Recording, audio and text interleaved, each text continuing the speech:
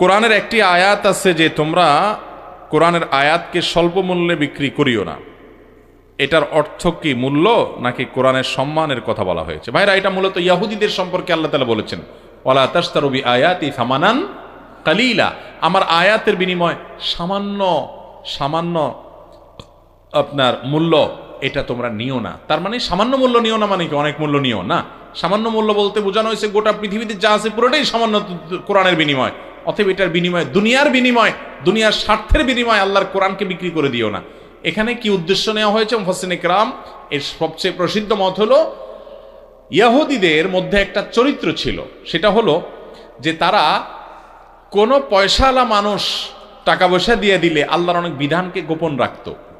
একজন পয়সাওয়ালা একটা অন্যায় করেছে, তার উপর আল্লাহর একটা দণ্ডবিধি আপনার আরোপ হয়, সে পয়সা কড়ি খায়া তারা চুপচাপ থাকতো, তাদের আলেমরা কিছু বলতো না। কিন্তু একই কাজ একজন গরিব মানুষ করছে, পয়সা দিতে পারে না, তার ব্যাপারে আল্লাহর ওই নির্দেশ ঠিকই বাস্তবায়ন করত। তাহলে আল্লাহর আয়াতকে তারা গোপন করত বিভিন্ন জায়গায়। সেজন্য আল্লাহ বলেছেন, ওইটা বুঝাইছেন যে তোমরা এর বিনিময়ে এটা বিক্রি করো না।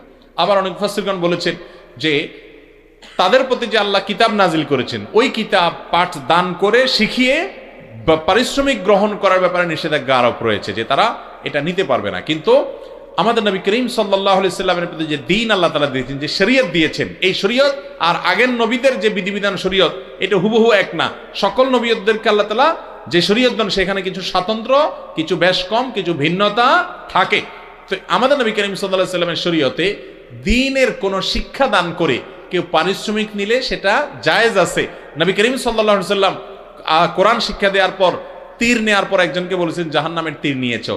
এই হাদিসের বিপরীতে নবী করিম সাল্লাল্লাহু আলাইহি সাল্লামের সময় কোরআন যারা শিক্ষা দিয়েছেন, কোরআনের যারা নির্ধারিত হয়ে গেছে, তাদের এটা ডিউটি হয়ে গেছে, তাদের জন্য পারিশ্রমিক নির্ধারণ করেছেন। এটা হলো চূড়ান্ত বিধান, সর্বশেষ বিধান, যে যদি কেউ কোরআন শিক্ষা দেওয়ার জন্য সময় ব্যয় করে তাহলে সে পারিশ্রমিক নিতে পারে। এই ব্যাপারে সারা বিশ্বের কোনো মাযহাবের বাইরে যারা আছেন, কোনো আলেমের কোনো দ্বিমত নাই যে আজান, ইমামত, কোরআন শিক্ষা এবং দ্বীনি শিক্ষাদান করা, এগুলোর বিনিময় গ্রহণ করা জায়েজ আছে। কারণ এগুলোর জন্য কিছু মানুষ নিজেকে অবসর করে না রাখলে এই কাজগুলো সঠিকভাবে আদায় করা সম্ভব হয় না। তার যে জীবন ধারণের জন্য পারিশ্রমিক নেওয়া জায়েজ আছে। আবু বকর রাদিয়াল্লাহু তাআলা যখন খলিফা হন, তখন উনি তো আল্লাহর দ্বীনের দায়িত্ব হিসাবে ইসলামী রাষ্ট্র পরিচালনা করেন। তিনি দায়িত্ব পাইলেন মদিনা রাষ্ট্রের নবী সাল্লাল্লাহু আলাইহি ওয়াসাল্লাম ওয়াফাতের পর। একবার তিনি ওই রাষ্ট্রীয় দায়িত্ব পালন করার মধ্যে হঠাৎ করে দোকানে যাচ্ছেন, বাজারে। পথে ওমর রাদিয়াল্লাহু তাআলা এবং আবু উবাইদা ইবনুল জাররাহ রাদিয়াল্লাহু তাআলার সাথে দেখা। ওনারা বললেন, আপনি কই যান? বলে যে বাজারে যাচ্ছে, দোকান খুলবো না। বলে যে আশ্চর্য, একটা রাষ্ট্রের দায়িত্ব আপনাকে দেওয়া হয়েছে, আপনি দোকানদারি করবেন, তো ওই টাইমে রাষ্ট্র দেখবে কে?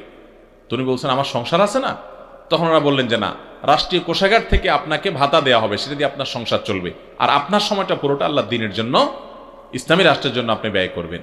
তখন তারা ভাতা নির্ধারণ করে দিলেন এবং তিনি পুরো দায়িত্ব পালন করলেন। সকল সাহাবায়ে কেরাম এটি মেনেছে। অতএব রাসূল আকরাম সাল্লাল্লাহু আলাইহি সাল্লাম থেকেই, খোলাফায়ে রাশিদিন থেকেই দ্বীনের মৌলিক কাজে যে কয়েকটা কাজ আছে, নির্দিষ্ট কয়েকটা, এগুলোর করে যদি কেউ পারিশ্রমিক গ্রহণ করে তো সেটা নাজায়েজ বা হারাম নয়।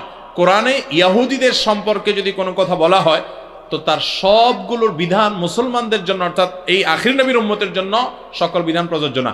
ইহুদির জন্য অনেক বিধান ছিল যেগুলো আমাদের ক্ষেত্রে প্রযোজ্য না, প্রথম কথা। আর দ্বিতীয় কথা হলো যে এই আয়াতের সবচেয়ে প্রসিদ্ধ ব্যাখ্যা হলো সেটি যে তারা মূলত বড়লোকরা আসলে মাসআলা একরকম দিত, গরিব আসলে মাসালা আরেক রকম দিত, পয়সা খায়া মাসালা ঘুরে দিত, আল্লাহর আয়াতটাকে চাপায়া রাখতো, মানুষকে বুঝতে দিত না।